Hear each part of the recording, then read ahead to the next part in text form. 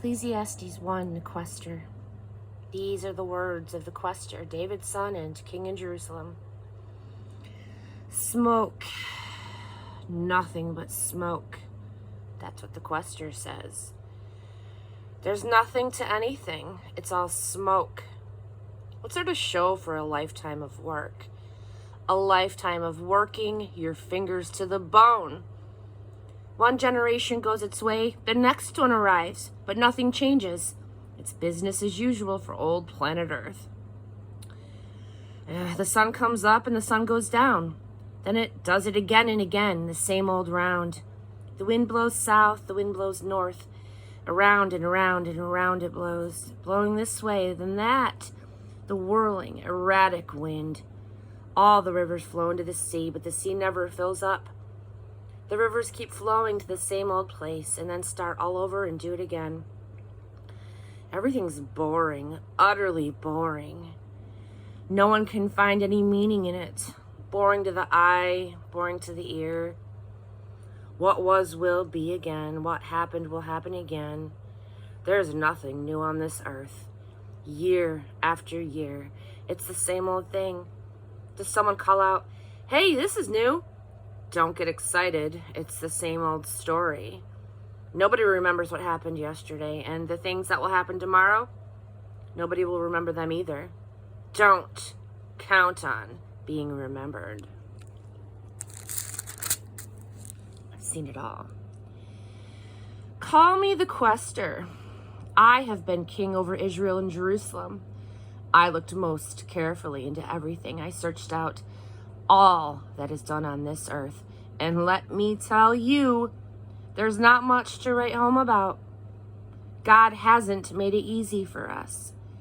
I have seen it all, and it's nothing but smoke.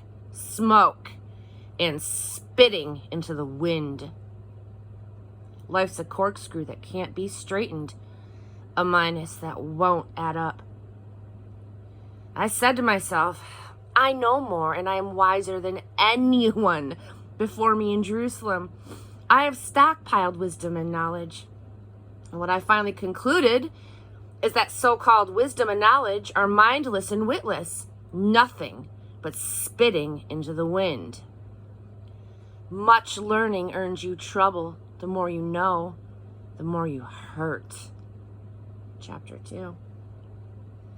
I said to myself, let's go for it. Experiment with pleasure. Have a good time. But there was nothing to it. Nothing but smoke. What do I think of the fun-filled life? Insane. Inane. My verdict on the pursuit of happiness, who needs it? With the help of a bottle of wine and all the wisdom I could muster, I tried my level best to penetrate the absurdity of life. I wanted to get a handle on anything useful we mortals might do during the years that we spend on this earth. I never said no to myself. I did great things. I built houses, I planted vineyards, I designed gardens and parks and planted a variety of fruit trees in them. I made pools of water to irrigate the groves of trees. I bought slaves, male and female, who had children, giving me even more slaves.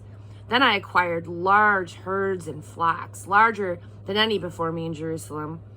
I piled up silver and gold, loot from kings and kingdoms. I gathered a chorus of singers to entertain me with song, and, most exquisite of all pleasures, voluptuous maidens for my bed. Ooh, how I prospered. I left all my predecessors in Jerusalem far behind. I left them behind in the dust. And what's more, I kept a clear head through all of it. Everything I wanted, I took. I never said no to myself. I gave in to every impulse. I held back nothing. I sucked the marrow of pleasure out of every task. My reward to myself for a hard day's work. I hate life. Then I took a good look at everything I had done. I looked at all the sweat and hard work, But when I looked, I saw nothing but smoke. Smoke and spitting into the wind. There was nothing to any of it. Nothing. And then I took a hard look at what's smart and what's stupid. What's left to do after you've been king? That's a hard act to follow. Well, you just do what you can and that's it. But I did see that it's better to be smart than stupid, just as light is better than darkness. Even so, although the smart ones see where they're going and the stupid ones grow up in the dark, they're all the same in the end. One fate for all, and that's it. When I realized that my fate's the same as the fool's, I had to ask myself, so why bother being wise? It's all smoke, nothing but smoke. The smart and the stupid both disappear out of sight. In a day or two, they're both forgotten. Yes, both the smart and the stupid die, and that's it. Ugh, I hate life. As far as I can see, what happens on earth is a bad business. It's smoke and spitting into the wind. And I hated everything I'd accomplished and accumulated on this earth. I can't take it with me. No. I have to leave it to whoever comes after me. Whether they're worthy or worthless. And who's to tell?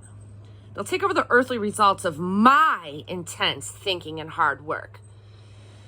Ugh, smoke. That's when I called it quits. I gave up on anything that could be hoped for on this earth.